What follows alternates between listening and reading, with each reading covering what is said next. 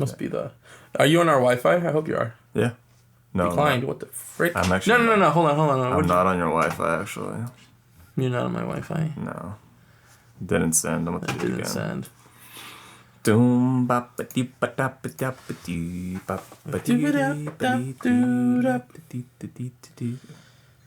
Is it not sent?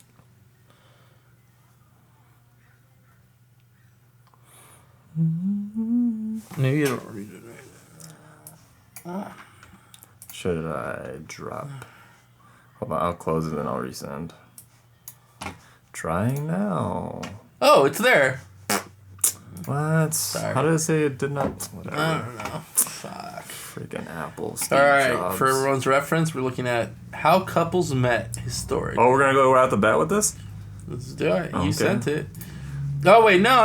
You're right. That was like, damn. We don't have to go right out the bat. We don't have to watch the whole 3 minutes. Hit the ground running. Yeah. It's 30 minutes. No, 3 minutes. 3 minutes is nothing. All right. Yeah. How you doing?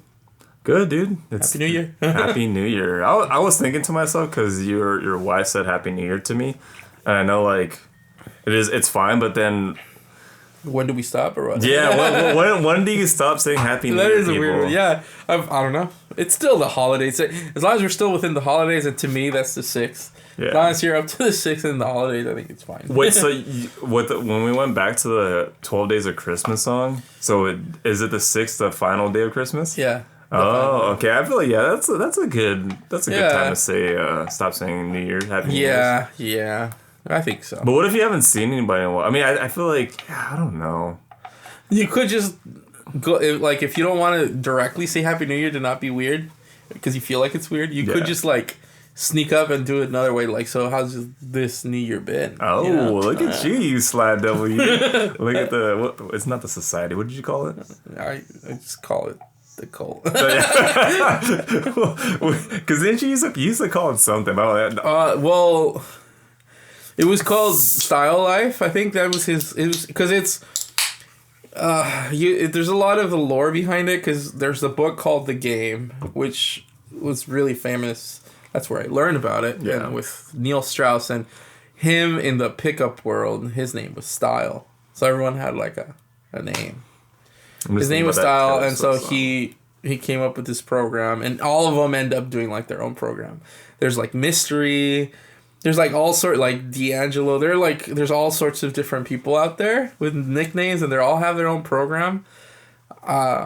Which it was this whole world that I learned about, and I went under Styles' wing, and he had this whole program, and his whole program was nicknamed Style Life because it was his thing. And yeah, but I mean it's essentially it's cultish. I wouldn't call it like a cult right out, but it's cult-ish. Well, it's because there's a negative, like we talk about, there's a negative thing to a word, you know, if someone said, like we talked about addiction, and like there's a negative association when you say addiction, or like when people think of cult right away, they think of like, oh my God, Sam, you're in a cult. Like, It's a tribe, like we were talking about earlier too. Because a cult just sounds like hardcore, you know. Yeah. Like, well, the thing that I guess you could think of, because yes, it's a tribe, but it's a tribe that costs money to be a part of, which like it's weird. Yeah. Like if you want to be a part of something, you have to pay. It's just weird to do that. But other than that, I mean, there was a lot of things that were good. Yeah. And I think a lot of the people that I eventually like dated in a committed way, they would always see it negatively, like, oh yeah, but you got better and then now you're better. It's like, actually, I think there's a lot of people in there that are better than I am.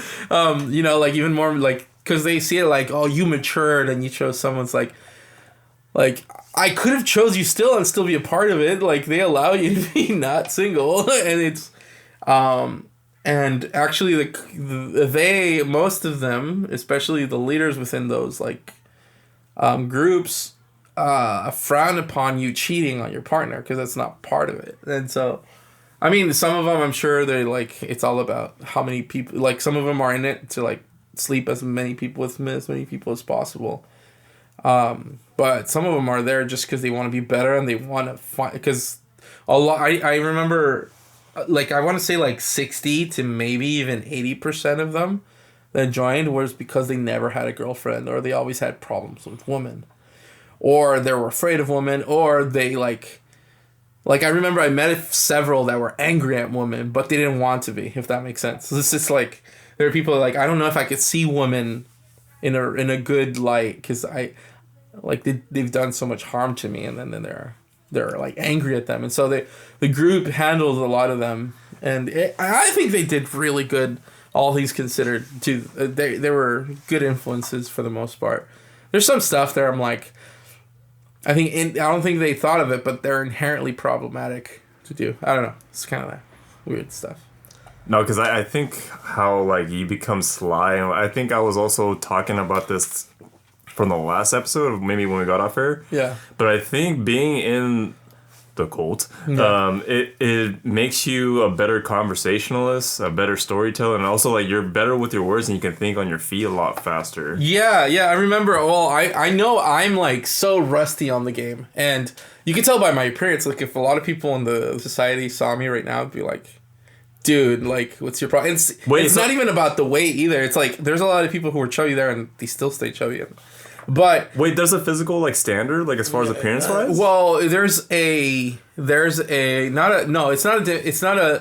the standard is how much you upkeep and how much do you take care of yourself. So there's a whole, like, demand to the inner game, and in the inner game part of the game is fixing yourself. So you're supposed to set a high bar for yourself in terms of, like, how you take care of yourself. So, like, one thing they'd look at is, like, grooming. Like, okay, are you presentable? Like, what makes you stand out in the room? You know, so right now in a T is like, okay, you're relaxed. It probably, like, if some of the society members saw me, and it's been a really long time since I've been there, so it's more like maybe ex-members saw me, they'd be like, dude, that guy, that guy, like, where's your, like, T's are now. There's people that word. Or what's the term that they say, like, oh man, he really let himself go? Yeah, like, for example,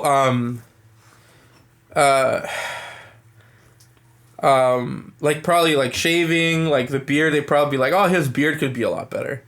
You know? So, like, from standard wise now, like, you would have to trim that down to be okay, quote unquote. Well, it could be long. It could be long, but it's got to be well kept. Oh, gotcha. Okay. My hair could be messy, but it could be a nice messy. Like, it could be like, right now I'm saying a lot. They'd be like, oh, he needs to work on his speech again. You know? See, I'm conscious of that now because after, like, and I think that's a good thing about podcasts too, is it helps you understand about, like, how you talk and, like, how some words that you need to get out of your, like, you know, the fillers, all that stuff. Yeah. You know what I've been intrigued about? Like, I would want to go back to, because, did I tell you they reached out to me at one point? Again? You told me, like, maybe, like, in the summer or something, right? They called me, and Abby was there. And they're like, oh, hey, I'm here. I'm from The Style Live. I just want to keep up and see how you doing. And I'm like, I'm doing well. And you could tell it's like someone I've never met. It's like, how do I know you? What's your name? And I forgot what's your, like, pickup name or whatever. And I forgot what he said.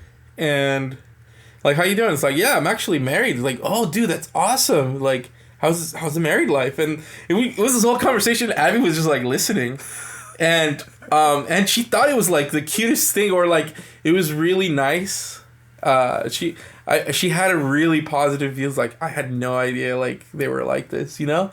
And because they were really polite and they seemed interested. Like, how'd you do? Would you want to come talk? I don't know if he said that, but part of me thinks that he did. That he's like, if you want to come and just, like, see how, and maybe say a few words or whatever. It's like, I'm like, to be honest, I'm not in really good shape. And people would be like, that's, you know? So it's like, and he's like, so I've let myself go, and, like, oh, okay. It's like, and I told him, it's like, I have a few friends that I've been wanting to, like, get involved with this stuff because I think it'll do them really good. It's like, yeah, bring them over or whatever.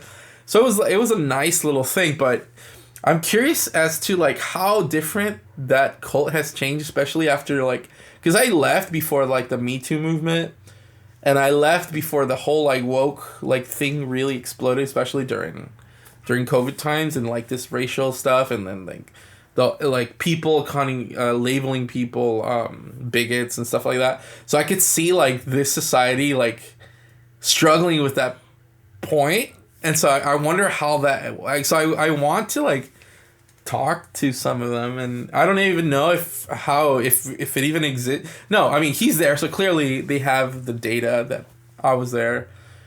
And Neil is an entrepreneur, and for the most part he invests time in that kind of stuff.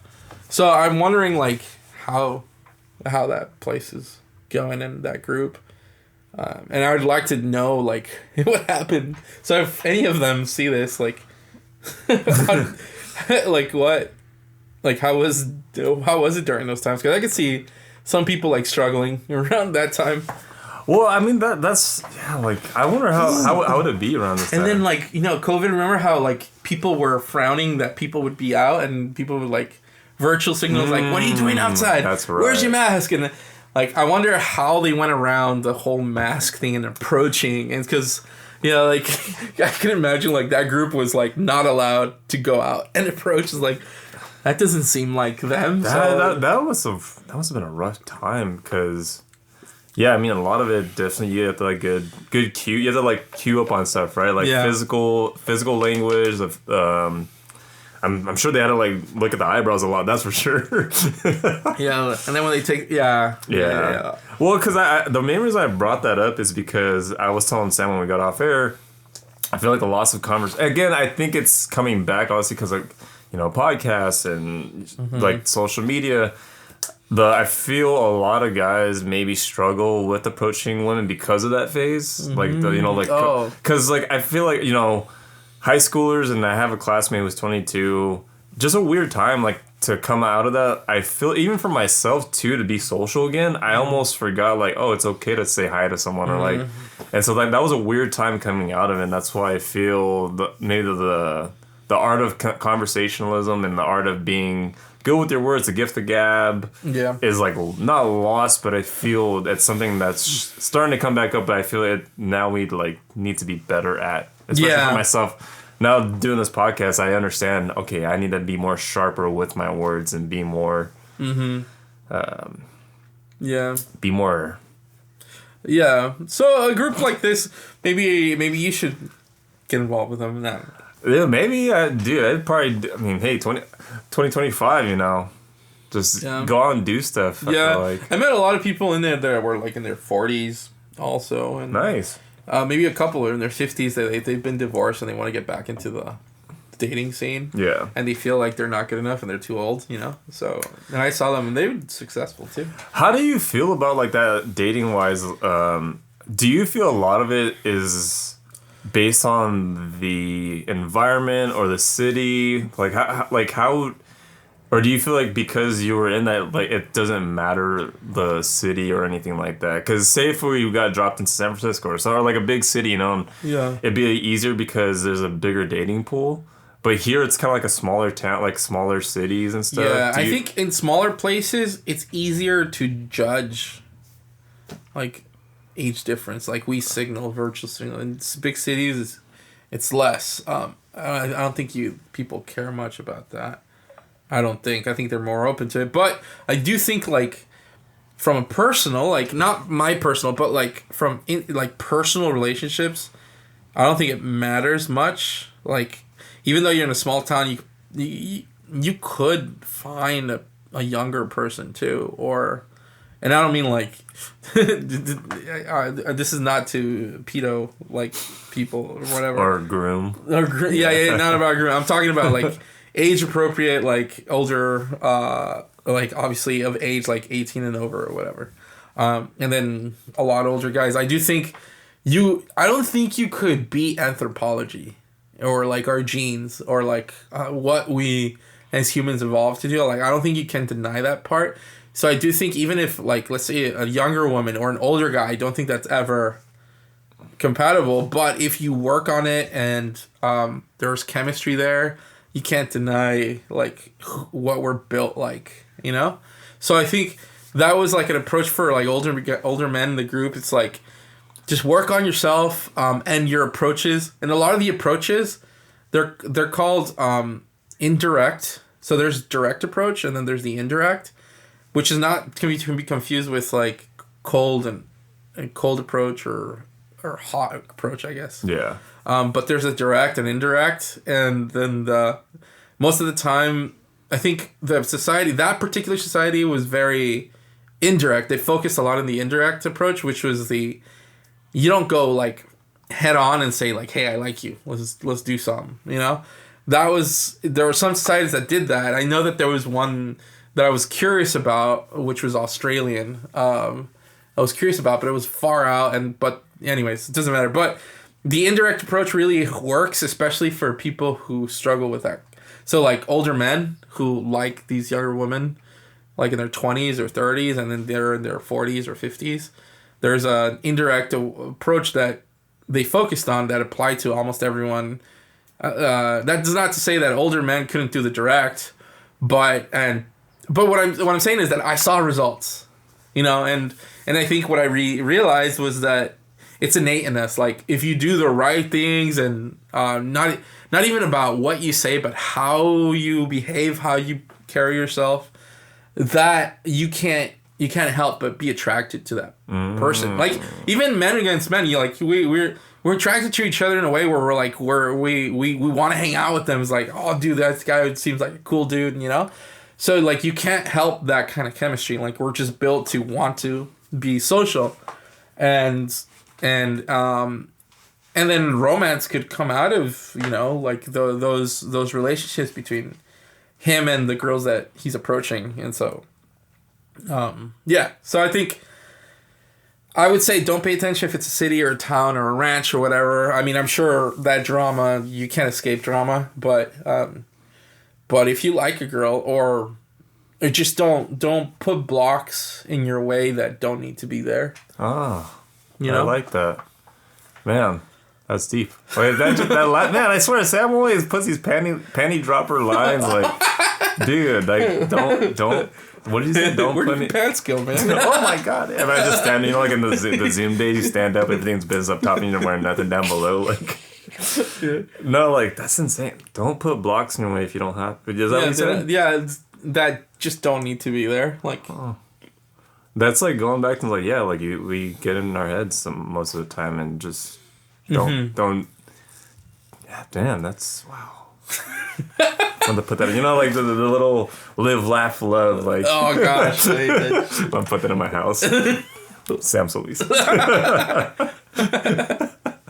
was good, man. That was deep, dude. Thank you. Yep.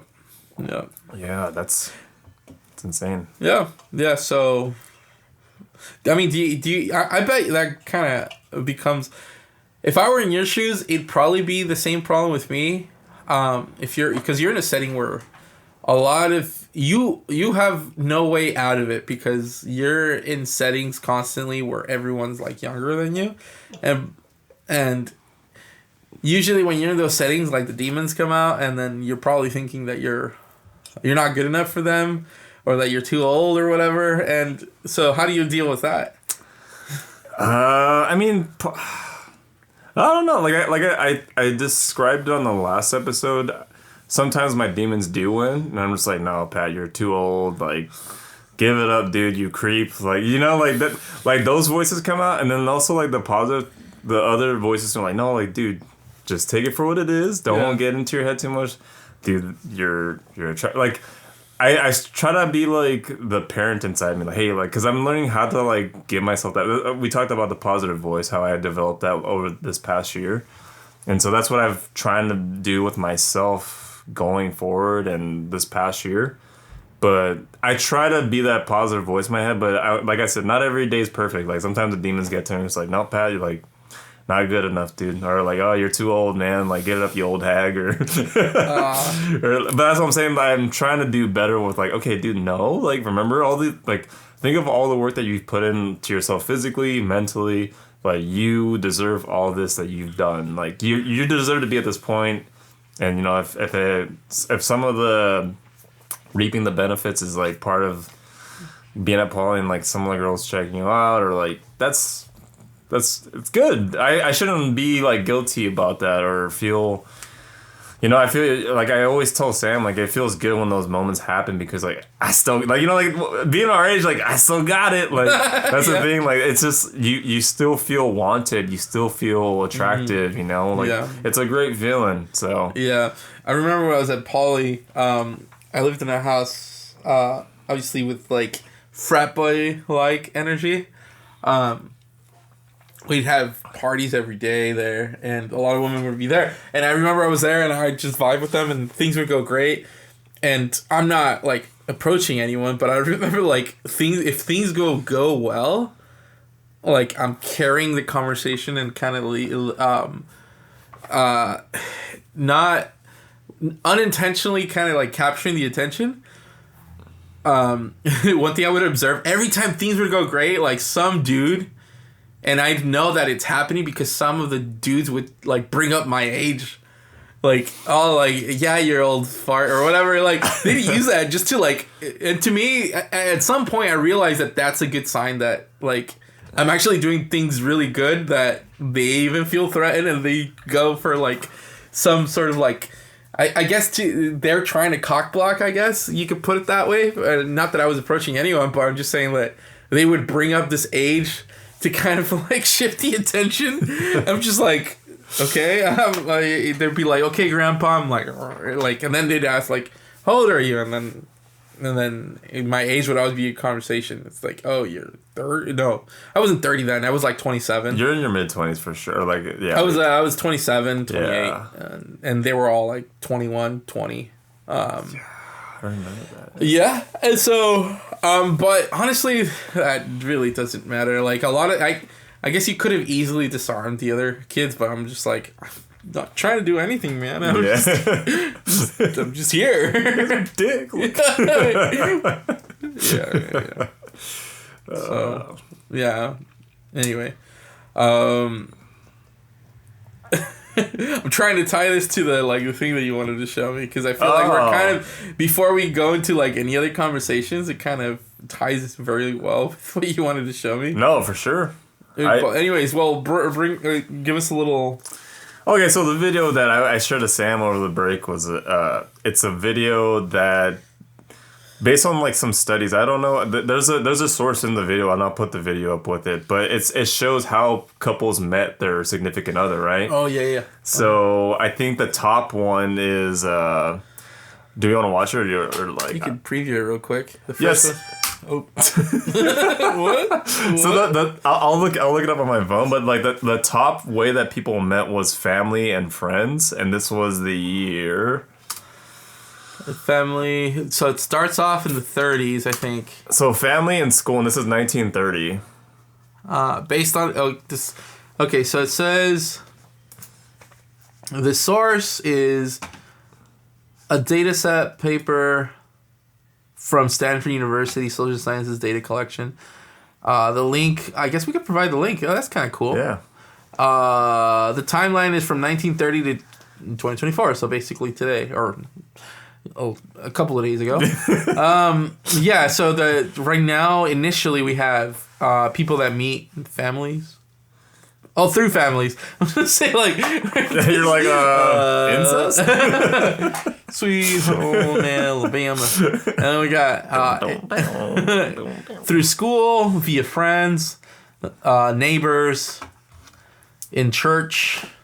in the bar, in college, as co-workers. Okay, so before we move on, I want to say, so technically you and Abs met through college and church. Like a combination of college and church. Yeah, because it was a church that was within college. Okay. Yeah. So those are like the bottom 4 out of the 1, 2, 3, 4. From the 1930s. Out of the top 9, yeah. So like church and college is like the bottom 4. But like if we go to 2024 and see how people met, the first... They're hardly at all there. Yeah, it's insane.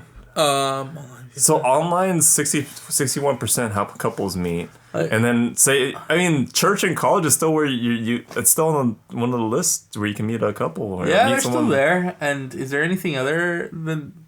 Oh, I see. Anyways. So nothing... So hardly any... Oh, coworkers was the last thing. I would have thought that would be a key place.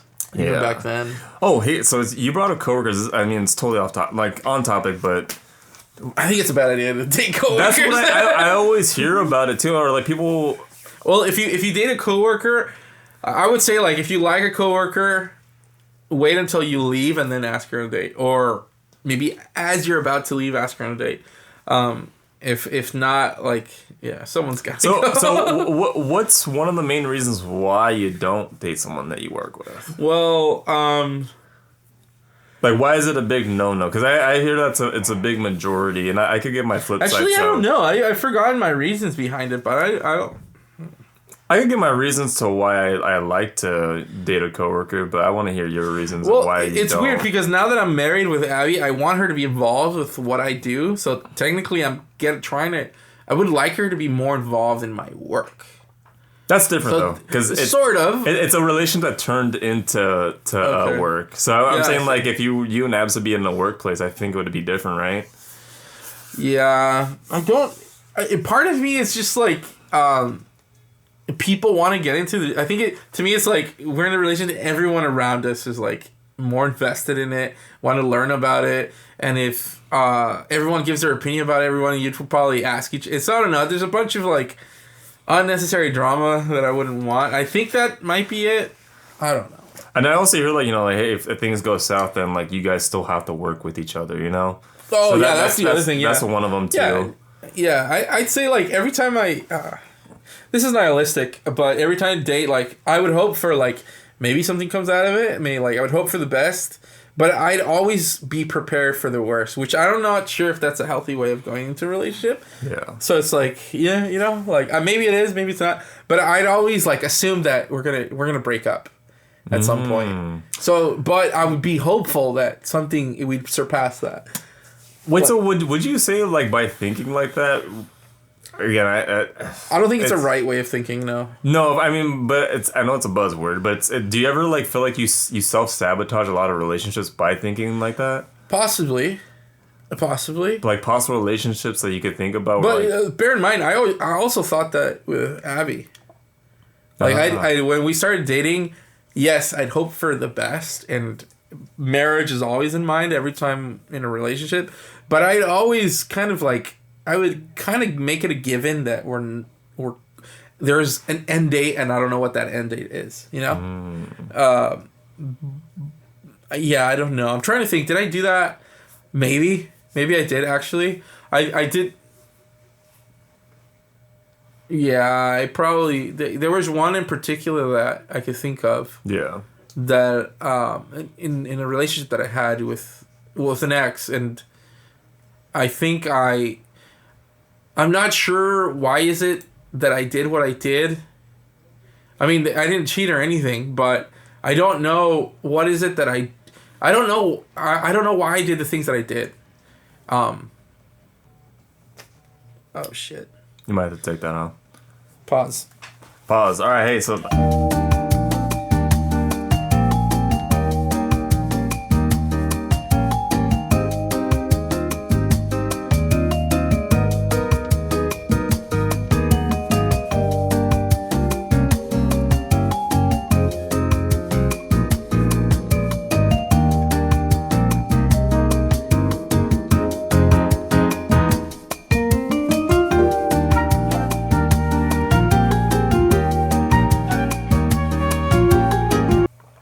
Okay, so all right, back to where we were. All right, we're gonna be doing some races. All right.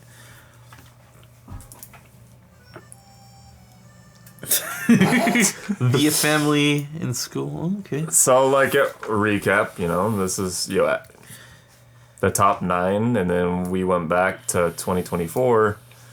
And all of a sudden, online's king at 61%. Yeah. Via, I'm surprised I mean, I don't want to say surprised, but I mean, the one thing that kind of stands out is, remember we were talking about coworkers? Coworkers is now up from the last... it's up there. It was 9, now it's top 3 of how you meet people. Like the top 20%. Yeah. No, it's... Well, I mean... I guess off of the variables, it's the top... Oh wait, how many are there? 1, 2, 3, 4, 5, 6, 7, 8, 9. What was there something that got knocked out? Yeah, something did get knocked off. Let's see. Let's see if we can. No, I don't think so. I think it just added. No, I think something. Let's watch it from the beginning. Let's just see. Like, it's cool that okay, so if it's family and school, my guess it's that you'd get married earlier, right? Because you're younger and you're probably you're with the family. In schools, you meet your sweethearts and friendship. Okay, I could see friendships. Well, is this 1943? I mean, in the earlier years, it wasn't the life expectancy wasn't as high either. Like right. you did like I think expectancy was like 50 or 60, I think too. So that it did make sense to why people met in person and through via family and friends at the bar. It's funny how the bar was like low, and all of a sudden like I guess women are entering the bar scenes now, right? And this could be like is it prohibition or is that what this the years? Prohibitionary? No, that was a lot earlier. Was it? Oh, okay. It's like the tens. Yeah. Seeing like coworkers is rising pretty high. You figure that. I think part of the reason why coworkers is because the women were entering the workforce. Because we haven't been working together. Good. We haven't been working together a really long time. Yeah. Yeah, we're still trying to figure out how appropriately working. So all of those workers that lead each other, it's all about inappropriate work. They're flirting instead of working. What was I hate. Okay, dude, this sounds. I don't know. I'm not gonna say because it makes me sound like the church one's just static. It's the same amount. Like, it's just barely like moving. Slightly moving. Okay, 1983 online barely entered. So look at that, 1983. Dude, those huge ass computers or something. How though? Really? Yeah. Like, is that email via email? Yeah, the home computer didn't didn't explode until like the 90s. Yeah. When did you get your first home PC, like for the family PC? We had a PC 96 or nice, 97. yeah, same here. Yeah, same here. Yeah, and then we had our but I wanted then we had a really nice one in 2001, 2002. 2002, that's where the boom happened. The gateway. Oh yeah, isn't like a milk it's like a cow or something? Yeah, but that was the computer to get. Yeah, and all of a sudden the thing disappeared. Well, Gateway turned into Dell, I think, at one point. So did it? Yeah, I think Gateway used to be Dell, or Dell used to be Gateway. Online, just get the fuck out of here. So 2002. But 2002, because watch, you could see what is it. Dude, it was so rare. Remember back in the days, like, oh yeah, we met online. It was so rare. Like, one of my cousins met online back in the early 2000s. Not so skyrocket. Back in the early 2000s, they met online, and it was just such a weird thing. It's like, what? They met online? Yeah. And now, it was happening. Okay, back in like early 2000s, I remember. You would have AIM. Like, I don't know if you had. Well, yeah. But you'd have chat rooms to meet, but you hardly ever met physically. Yeah, it was going on, but it was like the very infancy of it. Yeah, and then I want to say even weirder if you got married. It's like whoa, they were like the few. They were like the very few. Now it's less really common. Yeah, it's common now. And then a friend of mine, got recently married someone who he met through. I want to say Tinder. I wouldn't doubt it. Interesting thing. Wait, so now that the video's ended, I know you and Abs met in school and church, and so now that's like it's the bottom 9. It's the bottom 4 of the top 9. Right. I'm surprised that school is so down there because I feel like at least like colleges are the new high schools. Like where you meet your college sweethearts. Yeah. I feel like they'd be more, but I guess. Yeah. You wanna know why I don't think it doesn't shock me that school kind of like I think it's because the technology like I feel everything's on our phones now, so like it doesn't require you to have to go meet people in person anymore, and I feel a lot of people are really comfortable. It's just like okay, once they finally click in college, They don't have to worry about meeting people in person. Don't get me wrong, the downtown scene's still popping, and it's still It's you can still meet people in person, but I wouldn't say it's like we were discussing before. It's not as outlandish to meet someone online anymore, right. But because sure enough, like my classmate who's 22, he sees a lot of the girls in our classes in the apps too. So it's like. It's weird. I don't know how I think about that stuff, but it's just like you can meet these people in person. Why you gotta do it through Tinder? And I think it's maybe the loss of conversationism, or maybe like the lack of people wanting to approach people in person. It's kind of like lost its steam because of like apps and the phone. But yeah, 61% of how couples meet is through online in 2020. Up to 2024. Yeah, it's weird. They're trying to remove that like. Anxiety of like that approach anxiety. They're trying to remove that requirement, but technically speaking, like family, you don't have to. There's no approach there. School, to some degree, there's no approach because it's like you're constantly working together. Co-workers, same thing. The ones that require approach is bar, church a little bit. Probably church. I don't think you get that much one-to-one interaction in church. School. I do think you have more opportunity to interact. Do you want another one? No, you're fine. I just want to make sure there's nothing in there. Okay. At school, there's definitely like opportunity to interact one-on-one, but not necessarily approach.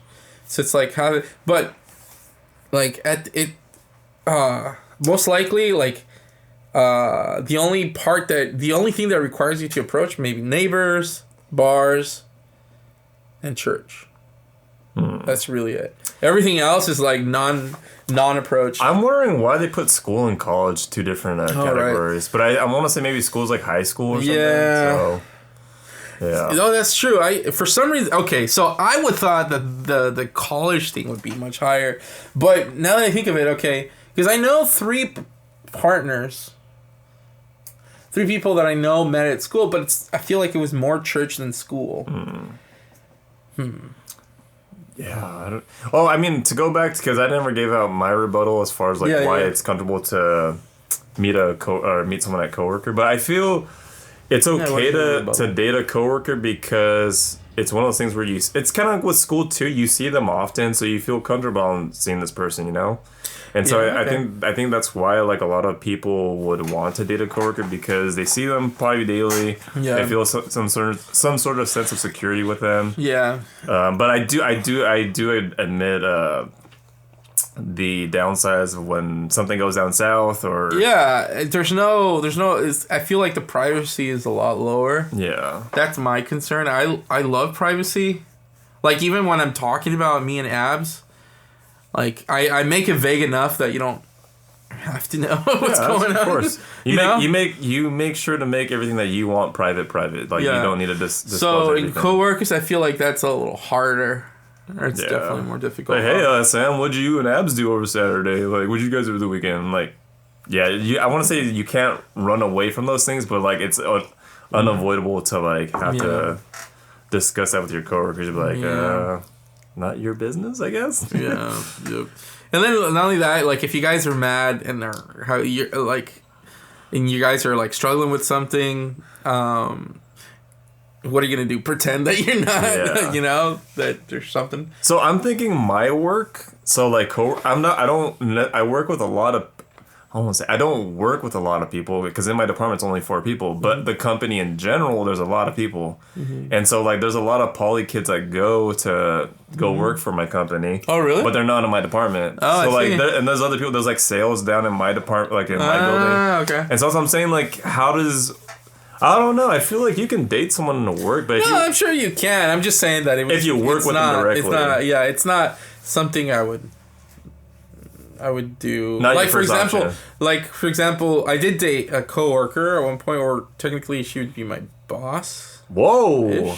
There you go, Sam. Well, I mean, she wasn't the boss, but she was one of the managers or whatever. And I didn't ask her out until like the day before my last day. So yeah, so it was just, Oh, you or I had already submitted my 2-week notice or whatever. You stuck to what you said. You said you want to like ask someone out before you leave or something. Or yeah, and I did. That was the only occasion. That was the only occasion. But I mean, I'm not saying like don't have crushes on your coworkers. I'm saying that like be smart about it.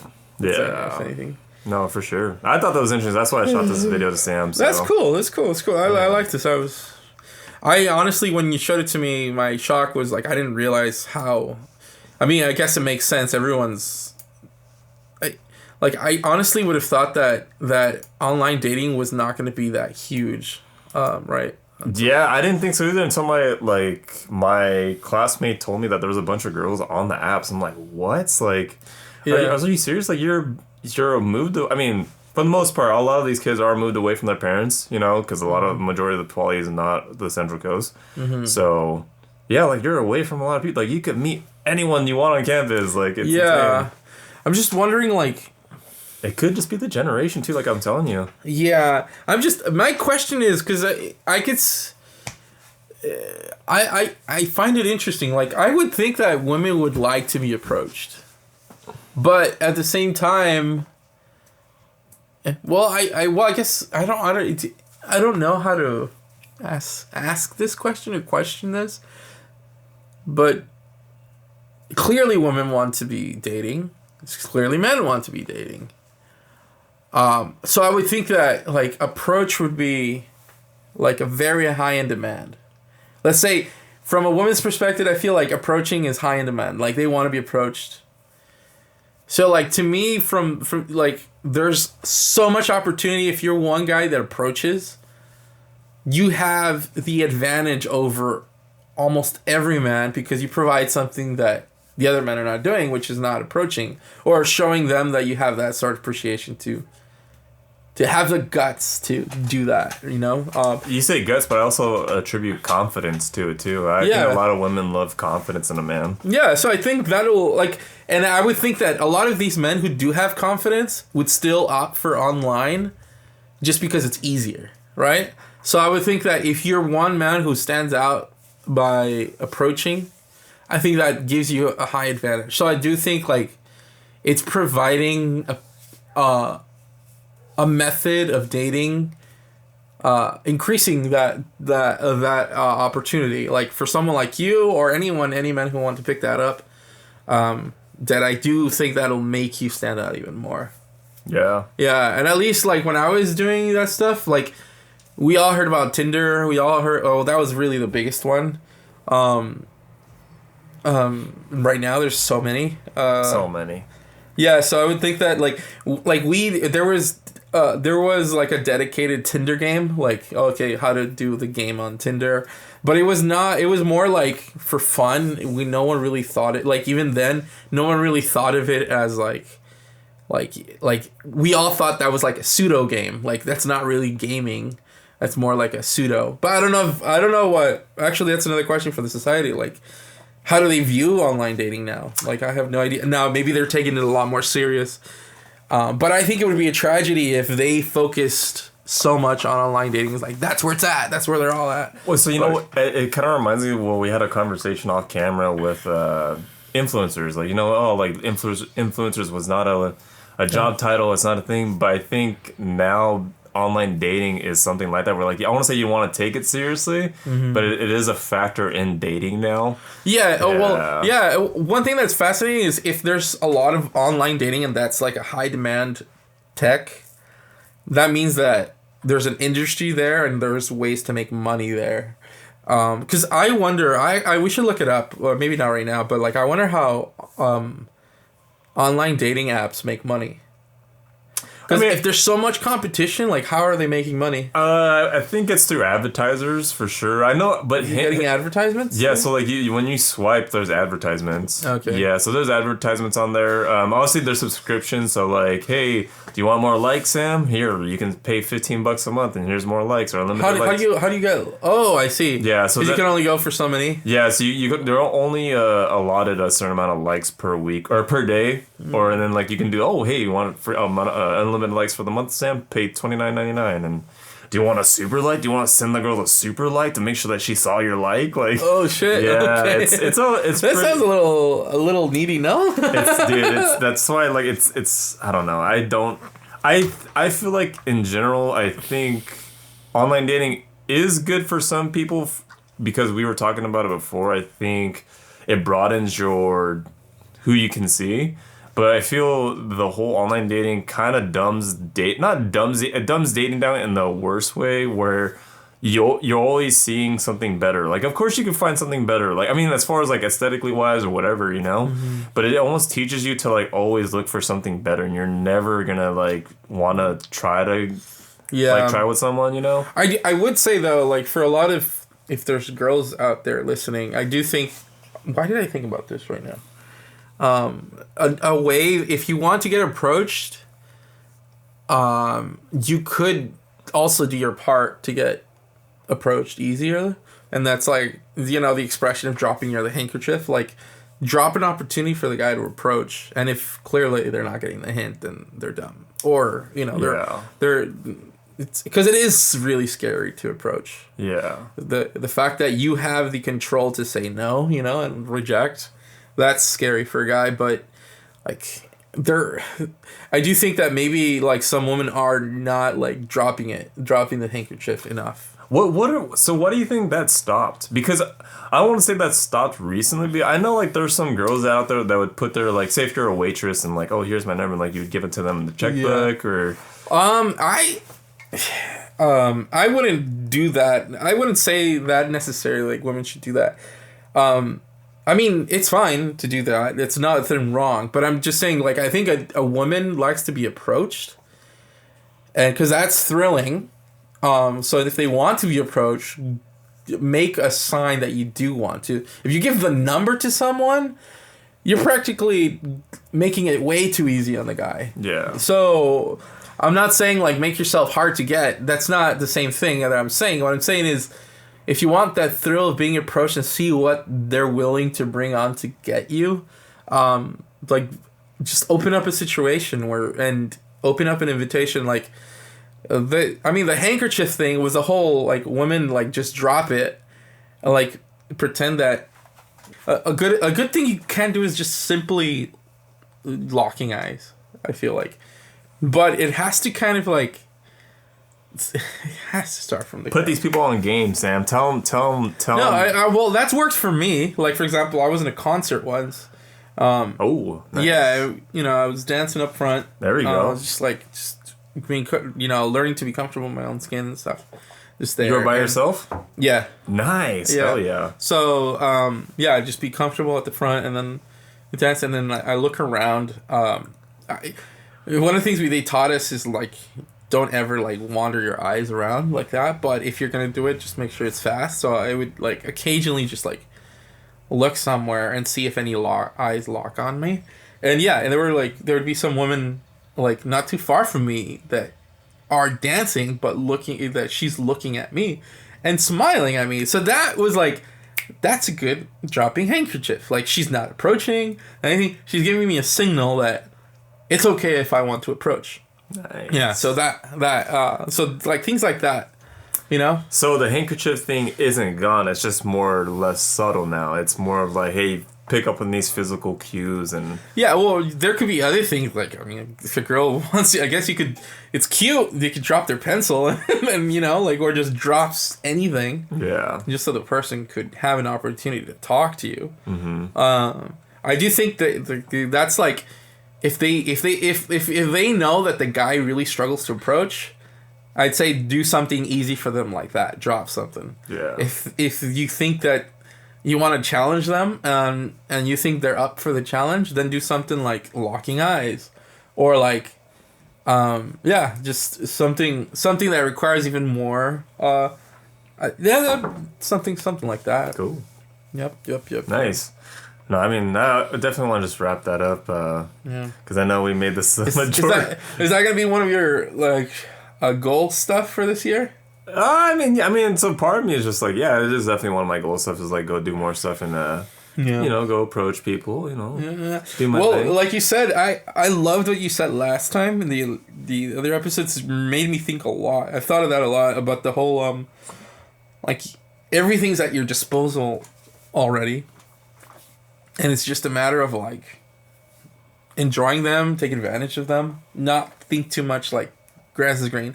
So if you wanted to apply that to like this situation, if you find yourself in a situation where there's ladies around you, like even if you're not attracted to them, just approach, you know, just even if it's like your thing is not like I'm here because I'm interested in you, no, more like I just want to know you. Yeah, no, my class, I did, you know, just a short story of my classmate, because we were talking about it, how he felt like people at Poly they weren't approachable or they didn't want to talk to him. But one day, I think after one of our midterms, I was like, hey dude, let's go to the rec center, I need to blow some steam off, we put so much time in this, I need to like just de-stress a little. So he's like, all right, let's go. And like I usually don't do that after class because that was like my last class after 4:30. I need to go home, get some rest. But I took a lot of pre-workout, which is like a lot of caffeine. Yeah. And so I was like, I need to blow some steam off, otherwise I'm not gonna be able to go to sleep. And so I was doing my thing. I was running on the treadmill. He actually went downstairs to go like play basketball. Long story short, he meets someone.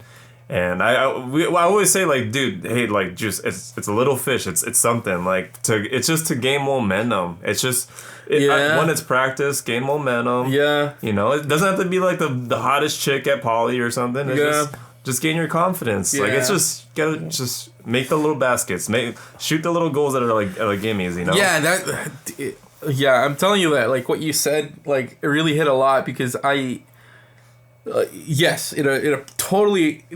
It's awesome to see how that like little mind shift that you brought up last time helps so much in every area. Like for example, for me, we're talking about my health, and you just have to have approach. Like you have the opportunity every day to just make good choices.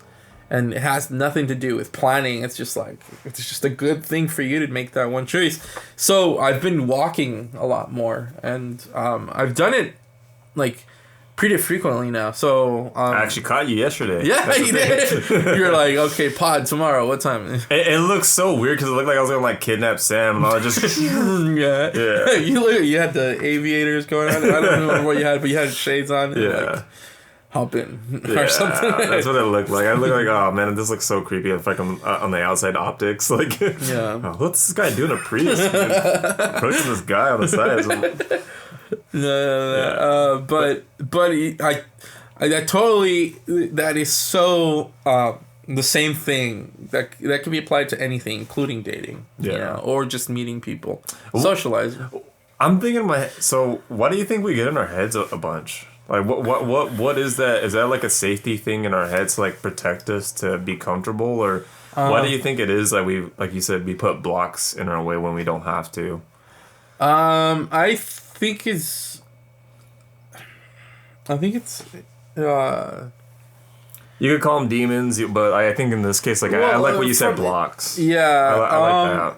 A lot of it is out of our control. Like sometimes, don't beat yourself up about like don't think it's all your fault that you have these inclinations of like safety, because I do think it's a survival. Like it goes back through anthropology as a study of like how we survived as humans. And fearing. I think for men, like I do think there's a thing about. I think it's just a fear. Something. I mean, that's a terrible answer, though. I'm trying to think of it. How do I answer this? I do think it's out of your control. Like, well, I think we're just gonna have that innate feeling. I don't know. But how is it because one person was more exposed to being around a lot of people and being able to talk to people, or is it like? Yeah, but even people who are really good at it, I think they still have anxiety. Like for example, like any public speaker that does public speaking, every single human, I'm pretty sure maybe there's like a 0.0001% of humans that have no fear of public speaking, but I think generally everyone has. For sure. And I think that's the same thing with approach. Like even among the society that I was in, everyone had approach anxiety. Regardless, it's managing it, that fear, and being good at like calibrating when it's useful and when it's not. Yeah. Because sometimes like most of the times it was useless. I think it could be that maybe at some time in our history as humans and our development, I do think maybe sometime that was useful. Like, even though you had a feeling for some girl or something, like, I don't know if like, be it like a tribe or something, that if she didn't want anything to do with you, maybe the whole tribe would get against you or something. I don't know. Maybe there's something about that. Although, I do think, like, for men, like, the fear of, like, if a woman doesn't want you, it's possible that no girl is going to want you, and that means you're just going to perish and die. You know, like, I do think that could be it. Yeah, that's another thing. I think the feel of not being desired, right? Like, you feel like you're not going to... Yeah, that's a big one. I didn't think about that. Like, but you broke it down from, like, a basic fundamental standpoint. Yeah, well, that's the... to me... Because I mean, it could be counterproductive if we blame it on ourselves. That doesn't mean that you don't have agency. I mean, I think the answer is through the individual work, right? Like, so we have to work on ourselves. And we have to acknowledge that we're flawed, but that a lot of it is out of our control, these demons. It's just a matter of, like, you have to outgrow them and learn how to manage them. So, yeah, I mean, we could be really hard on ourselves and say that we're, we're pussies or pieces of shit or whatever. But I don't think that's appropriate. Why do you think that is? Why do you think negative self-talk is so... Why is this? I mean, maybe it's because it's an easy thing to do, but, like, why is it one of the things that we do to ourselves that's easy to do to ourselves? Because I feel like, yeah, positive talk, it's the easiest thing to do. Like, that's what you should do. But it sometimes it isn't, and then sometimes you almost want to, like, bask in that moment where, like, I won't say bask is the right word, but you almost want to embrace, like, oh, like, man, why did I say that to that girl? Or, oh, why did I approach those guys and say that? I sound so stupid now. Like, you ever do that when, like, you're driving home and you're just like, why the fuck did I say that? Oh my god, I'm such an idiot. I was just thinking that because, is, like, that me or is that? No, I feel like I that totally happens. Like, Abby will just.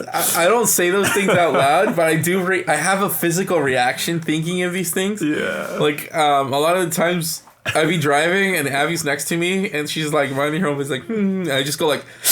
And Abby just looks at me like, what happened? Nothing. I just remembered something. And I know she's curious as to what. It's like, don't make me think about that again. if you're by yourself, like, do you have, like, a loud outburst, or do you... For me, I, like, yell. I'm like, oh my god. Oh, most definitely. If I'm alone, I'll be like, fuck. Dude, okay, I'm glad I'm not the only one, because fuck, I'll be, like, by myself at work or in my car. I'm just like, oh my god, you're such a fucking idiot. You sound so stupid. Why did you say that to that girl? Or why did you say, like, to the server, hey, like, I hope you have a good meal. I've done, oh my gosh. Or at the movie theater, hey, enjoy your movie. Oh, you too. Like, you're not going to be watching the movie. I forgot. You have to watch the theater. I forgot about that. Yeah. Gosh. Yeah. I don't want to think about those things. I'm trying to think of an example, but I don't want to because, like, I don't want to have that same reaction. See, it goes back to, like, what is that? Like, I don't know. What is that inside of us that when we think of something cringy or something that we said to somebody? Maybe it's because, like, it's the act of, like, sounding like you're not being dumb or being stupid in the moment, or, like, you feel like... Well, I think it does kind of, like, go back to, the name of the podcast. I think that shame is a huge thing, right? Look at you. I like that. Holy yeah, I think shame is definitely there. I think it's gosh, it's just that disgust of oneself, But what is that? I'm trying to figure out why. Like, like if you say to the server, like, okay, I have a good meal, and you say it right back, you too, and you're like, or the movie theater, or something where you're like, obviously I'm not gonna, but you just sounded stupid because, like, what is that? I don't know. It just, I feel like as adults, maybe like I think it goes back to where like now we know so much behind the curtain, as we so called this thing called life. Yeah, like we know so much. I honestly still think we know very, very little about what actually is going on. But and remember that conversation I was saying where with the like, why is it as like, I don't know if it was with you, but like, it was with like a coworker I was talking about. Like, why as little kids like we don't have anxiety of approaching neighbors like selling candy bars and all this stuff. But then we're older, like we're like, no, like what if this person says no, or what if they say like, no, stop knocking on my, like you think of, like you said, then you automatically think of the negative things that go in your mind. But as a little kid, when you're doing these fundraiser things, going door to door,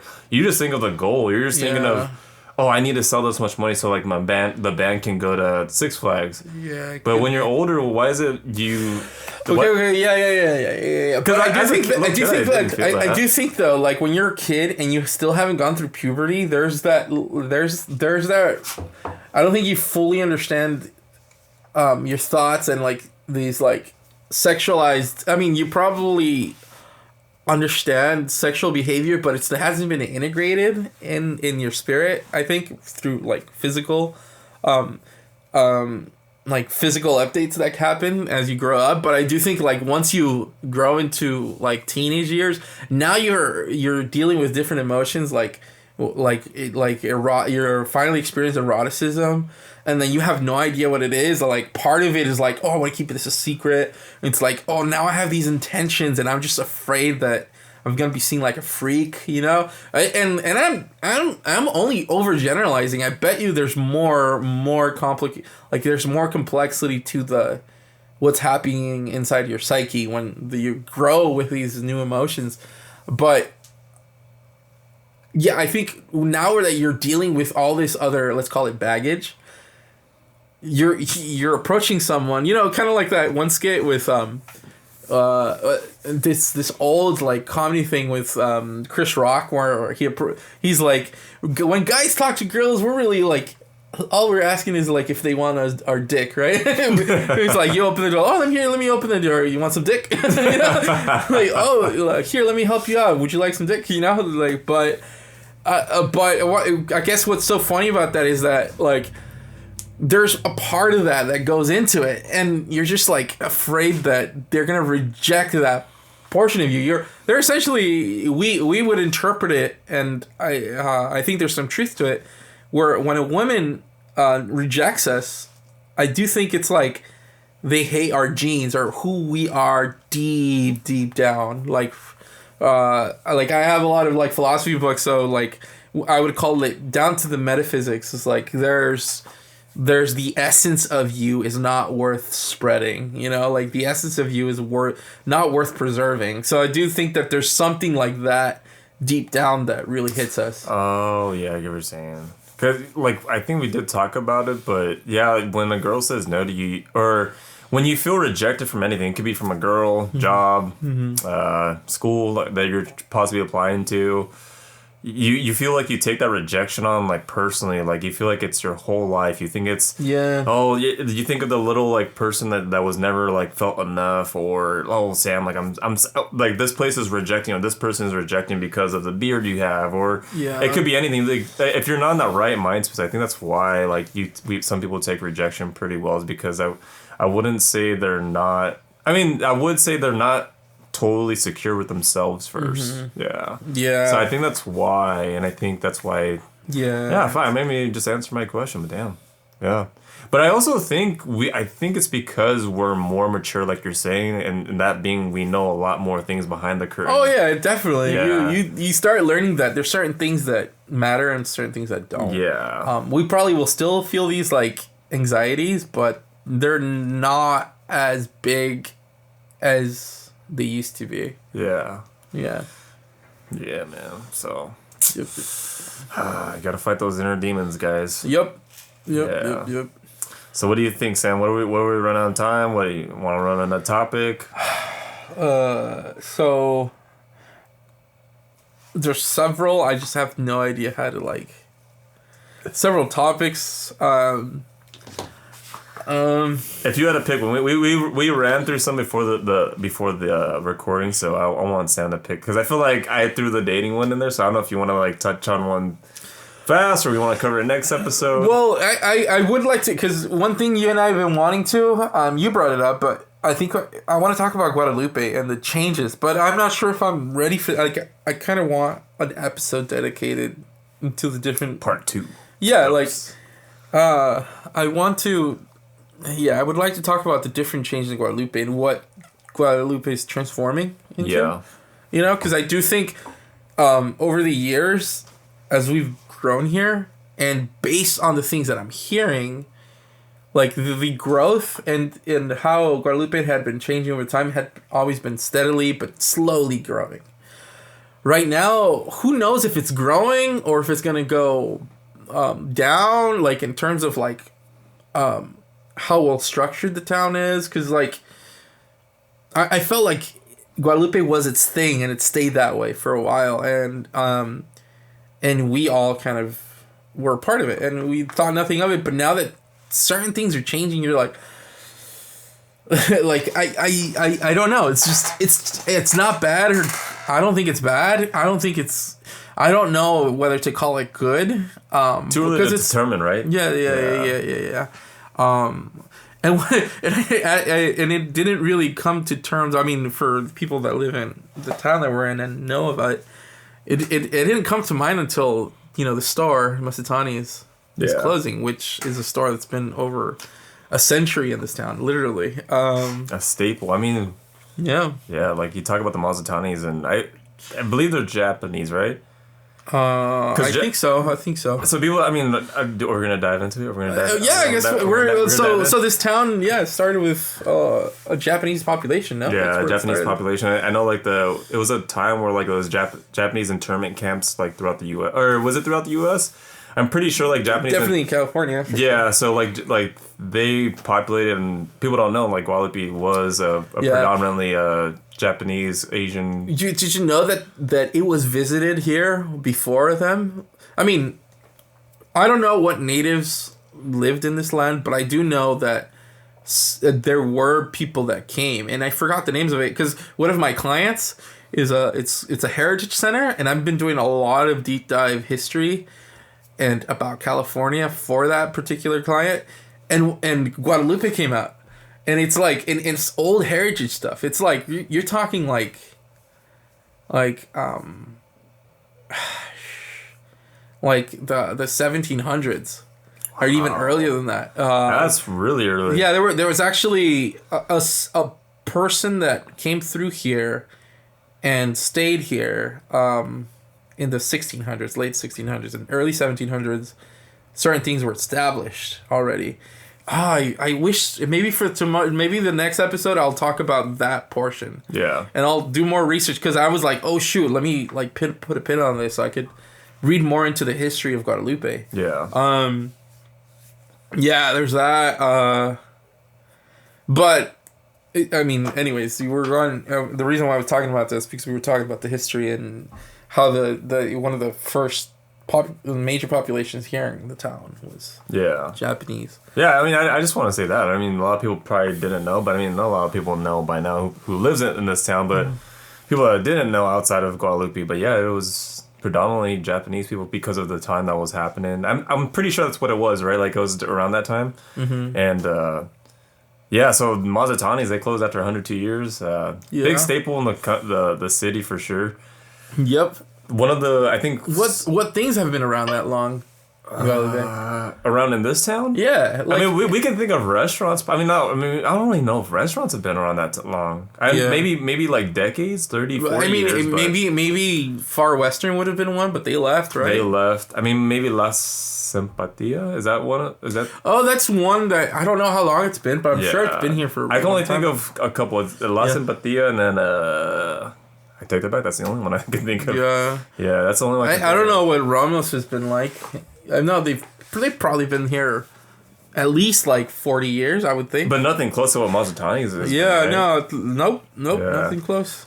If I could, so I mean, people that don't know it, like Mazatani is like a grocery store. It's a local grocery store for a small town. Yeah, so a small town and it felt like a small town grocery store, which is it had a charm to it that way. Do you have like any favorite memories going to Mazatani's?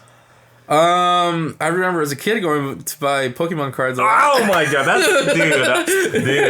was just gonna say that. Okay, that was my place to go buy Pokemon cards. Yeah, yeah, dude. I remember I'd get the little packs like, oh, do we have a holographic one? And like, yeah. What do we get? A bunch of energy, like. There was something too that as a kid. It was that was awesome. I also I used to buy this was back in like, I mean, from what I heard, that it's still popular amongst like elementary kids too, because I asked my classmate about it. Mm-hmm. But I used to buy bags of marbles there. Yeah, I remember marbles and Pogs. I remember. Do you remember Pogs? Yeah. I've asked people about it. They're like, "What?" I saw that. I think we saw the bag that me and my brother used to play with. I wish I kept them. Dude, I really did. We still have it, bro. I'll show you. Bring them over next time. Dude. I'd love to see that. Dude, I will definitely bring that over next time. But marbles was a big one for sure. But yeah, I remember going there with my mom. Like we'd walk down. It'd either be after like. Oh, sorry. You continue. So it's like after basketball practice, or like we'd walk to Mazatani to get like maybe some meat or like some. She would buy scratchers or something. Yeah. But I would always beg my mom, hey, can I get Pokemon cards? Because like I would always see my friends get them, but I would never get them. Yeah. And that's where I got my first. I regret that like the older I got, the less I would go. Same. Yeah, like, and I kind of resent the part of me that goes to Santa Maria a lot to buy shit. And because it's like, dude, there's all, like, it's, you realize now that you've missed out on this, like, integrating really well with, like, a town life, which is, it's nice. Mm-hmm. And my dad always says, like, so you like Guadalupe? He's like, yeah, of course I love Guadalupe. It's like, it's nice, huh? He brings that up, like a topic he always brings up. He's really? Like, yeah, he just says, even to this day? Yeah, like, because we'll be walking, every time we walk, he's like, what do you think of Guadalupe? It's cool and nice. And we always, like, make that comment every time we walk.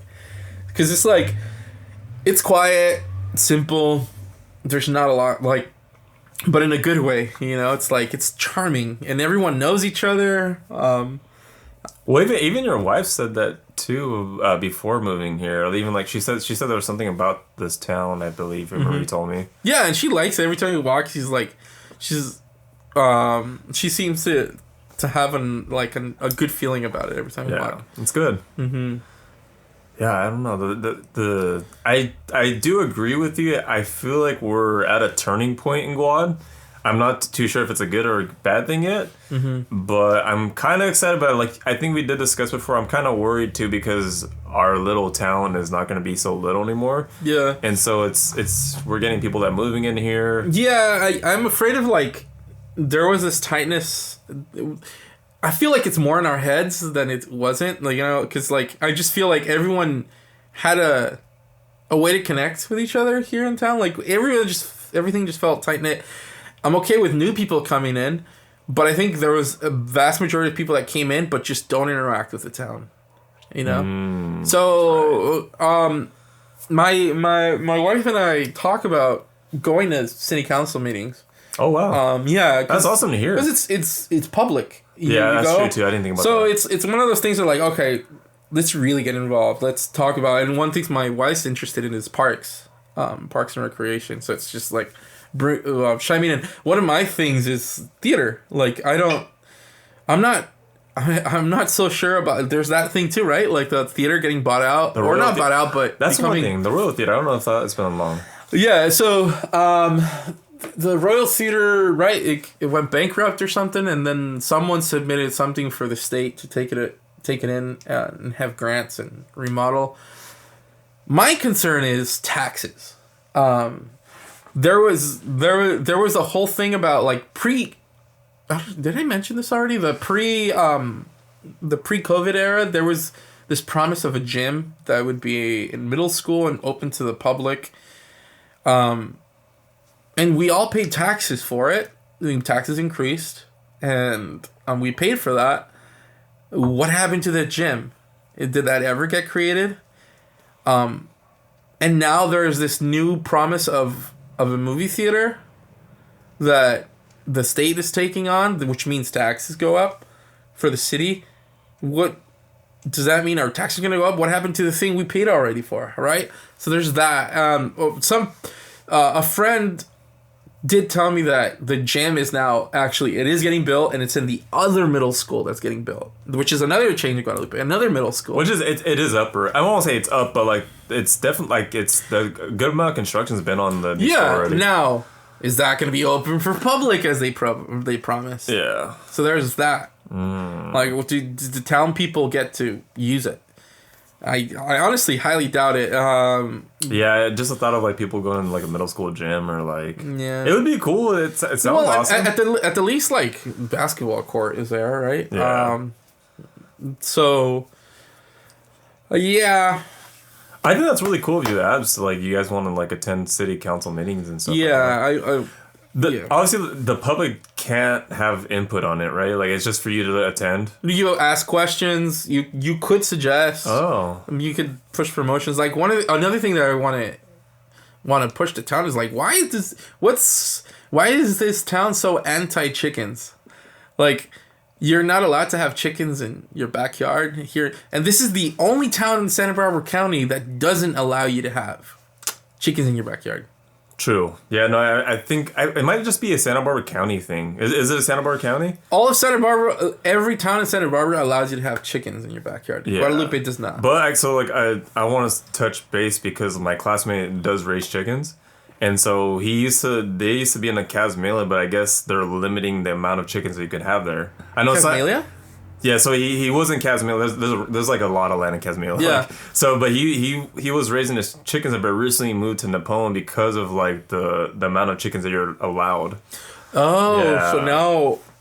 So there's maybe that's a new thing too. Maybe the whole county of Santa Barbara. That's what I'm saying. It might be a Santa Barbara County thing, but no, you might be right. It might be a town thing too. Yeah, I think the town here definitely decided to not have chickens because the reason why I know that, at least at one point, if it's a county thing now, that might still be after the fact that people in this town decided no chickens. Because I remember this because my dad, he got injured and he was going through some stuff, and one of the things, because he got injured, and so he was struggling with a little bit of depression at one point because he wanted to work and he felt useless that he was not physically able to. And one of a social worker, like, or no, he wasn't a social worker. He was a psychologist, I'm not sure, psychiatrist, because he was able to prescribe. He was appointed a psychiatrist who's in Santa Barbara, and he recommended, based on his evaluation with him, is that he recommended that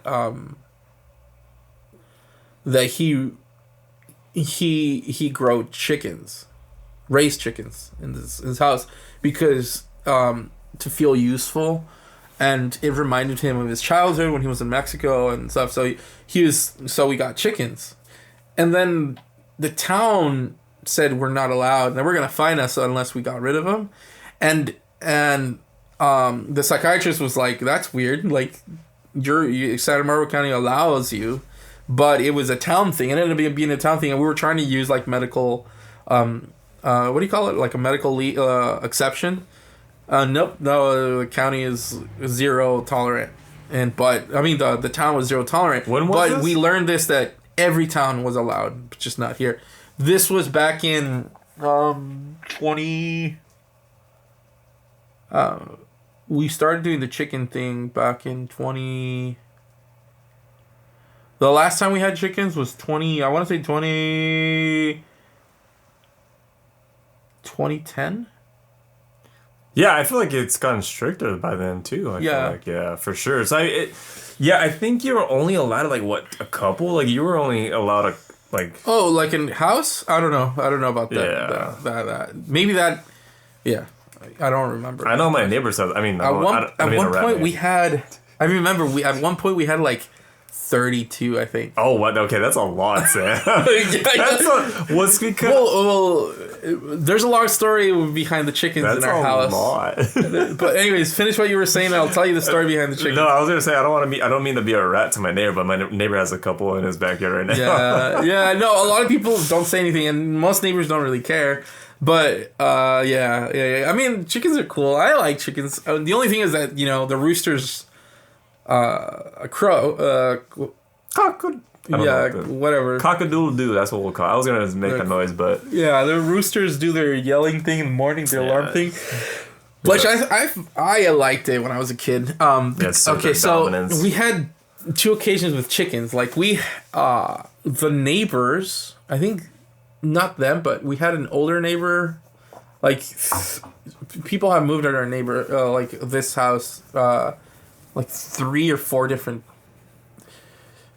anyway, but they moved and left their chickens here, and then they kind of migrated over to our house. Nice. And then we just like gave them our scraps and everything. And they liked it, and then they just like stayed in our house. And then all of a sudden, like we had tons of chickens. We didn't even try. We were just like, okay, just feed them, and then they're kind of cool or whatever. And my dad loved chickens, so he's like, yeah, I love chickens. Let them stay here. And then they just kind of grew, and everywhere I counted them, it's like, dude, we have like 30 something. And then at one point, we all decided, okay, we need to get rid of them. And we got rid of them. That wasn't the city. We got rid of them. We sold. We gave away. Whatever. And we got rid of them at one point. But then we brought them back again because of my dad's condition. And so we brought them back. But it was that time that the city someone told on us that we had that. Dang. I wonder who it was, but yeah, like. I think that's the main thing. I won't say main thing, but I think it's the noise complaints, maybe possibly. Because I feel like, dude, do they do a lot of noise in your neighborhood? I mean, they woke me. I mean, again, like on New Year's Eve, like I got woken up by like a bunch of fireworks by like 30 minutes or 20 minutes worth of it. Like I don't call the cops. I mean, like there's a lot of noise on my block for sure. Yeah, but same here. It's just. It's just, I want to say it's part of the neighborhood, but it's just, yeah, I mean, like, because I want to be like, eventually I'll make that noise, but it's like, okay, if I ever have to, like, I want to I know that they'll be cool if I do something. Yeah, exactly. Yeah. It's one of those things you kind of like, see, that's the cool thing about Guadalupe, you know, like, you don't, I mean, very rarely you get, like, cops called on you. Unless it's, like, super outrageous, but other than that. Yeah, I've had trouble with, I don't care about noise. There was once, though, that, you know, my wife is really pregnant, and... with Elena, so it was like 2 years ago. Yeah, actually, exactly 2 years ago. So it was close, and she was going through pains, and she needed to rest. And again, we were getting close to her birth, and this was holidays time, so it was like that was really difficult because like she needs as much rest as possible before the birth. And in the holiday, everyone's making noise and they're not letting her sleep. So it's not no one's fault. So I felt like shit. I once did call on a neighbor, and I felt like shit that I did that. But it was like, I gotta watch over my wife here. See, she needs rest. So obviously, I think after the curfew is 10, I called the cops and like, I don't know what the curfew is like. And technically, there is no curfew, not in this town. But, like, the curfew is, like, after a certain amount of time, after a certain time during the night, a neighbor is allowed to demand them to stop. Yeah. So I said, you know, I usually don't care, but my wife's pregnant, she needs rest. I unfortunately have to call on the neighbors, you know? And so could you have them stop? Yeah. Or at least lower it? Yeah. You know, and they ended up stopping it. I felt like she was like, okay, they stopped. But I felt good as a husband. It's like, okay. My wife needs this rest. See, but my baby needs this rest. You probably felt good because like it wasn't, you know, it wasn't you like being a rat or like a neighbor that has nothing to do and just wants to be the Grinch of the neighborhood. It's you were actually looking out for something. That's why I feel like there's times that warrant it. We're like, hey, like okay, I'm not gonna feel like a dick if I were to do this. Yeah. So that you were definitely did a good move on that part, but yeah. Yeah. I don't know we're on time, but I do want to wrap up. We didn't talk that much about Mazatani's. But we should talk about it more because there's a lot to say about Guadalupe. For sure. Yeah. Interesting times for this town. Interesting times in general because it's about to be January 6th on Monday, and you know what that means. Isn't that the... Yeah. Wait, is it January 6th? Is that where Trump's going to be... no, that... You're thinking about last year's... Well, not last year. You're thinking about the 2020, the thing that happened. But isn't inauguration soon, though? It is. It is this month. It is this month. I don't think it's the 6th. I think it's the 20th. Oh, okay. Good question. Yeah, but interesting times in general, you know. Yeah. Inauguration. Weird times, you know. I mean, we could go on, but I don't know if you saw like the New Orleans terrorist attacks and 20th, January 20th. Oh, okay. Yeah, you were probably thinking about that January. Yeah, I got it confused at one point too. It was like, it's not this. I thought it was this Monday, but never mind. But no, but it is the last day of Christmas.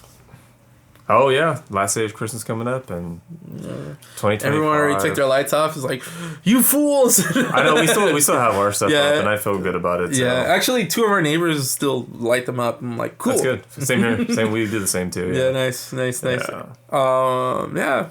Interesting times, dude. Interesting. Yeah. We got Trump again, which is weird. Oh yeah, that's historical, right? Never in the history of the U.S. has a president not be elected twice in a row. Like, if they're going to be elected twice, it's usually in a row. Usually consecutively. Yeah. That's interesting. Yeah. And by a huge margin, too. So it's like, whoa. Yeah. It's going to be, man, 2025. I mean, I touched on it a little bit. Man, I don't know if you heard about the terrorist attacks and stuff. But I don't know. We can wrap this up now, but... I've been staying outside of the news a lot. So you're going to have to fill me in a lot. So, I mean, yesterday... No, New Year's Day. There was... I don't know if we want to wrap this up. I don't know if we want to do it on time. I know we... Just bring it up and then maybe... Long story short, there was a guy. He's from Texas. He had a... And this is what I barely learned about this morning when I was at the gym was... There was a rented truck from Turo, the app Turo, right? Okay. So he rented a truck, and then he drove it down Bourbon Street in New Orleans, which is like popular, like Fat Tuesday. Everyone goes party. A lot of people down that street. Drove it, killed 14 people. Yeah, and there was an ISIS flag in the back of his truck saying, yeah, that happened on New Year's Day. Shit. Yeah, so he killed 14 people, and then the same day in Vegas, there was a Cybertruck. They're still finding stuff out about both cases, but I guess this guy was part of the army. He had a Cybertruck, drove it to Trump's hotel, and then the truck exploded. Yeah, so it's weird times right now. That definitely. But I seen a comment today, and there's whoa.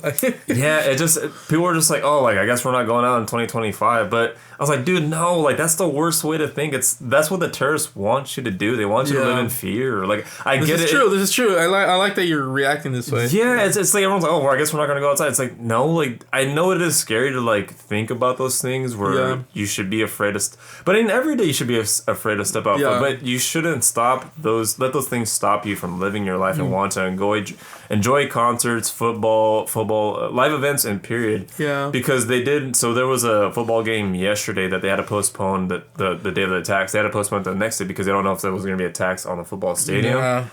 And so that's how you let terrorists win, man.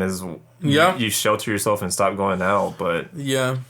I agree. Yeah, I don't mean to end the thought on that, but it's just took a turn right there, man. Yeah, I guess it's all good. I want that message to go home because everyone's like, oh, I guess we should stay in. And it's like, no, like, dude, dude, it's a good time to be hanging out. No, for sure, dude. Always. Yeah.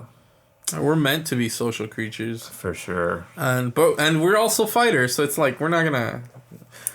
Fear is a real thing, but also is. Our will to make things better. Yeah. That's how you fight it back, is actually still live your life, man. Yep. Yeah. Well, Sam? Yep. Thanks again, man. Thank you, man. 3 episodes now, man. That's kind of cool. 3 in, dude. 3 in. I was fearing that we weren't going to do much more, but hey, sorry. Last thing. You're starting school next week, right?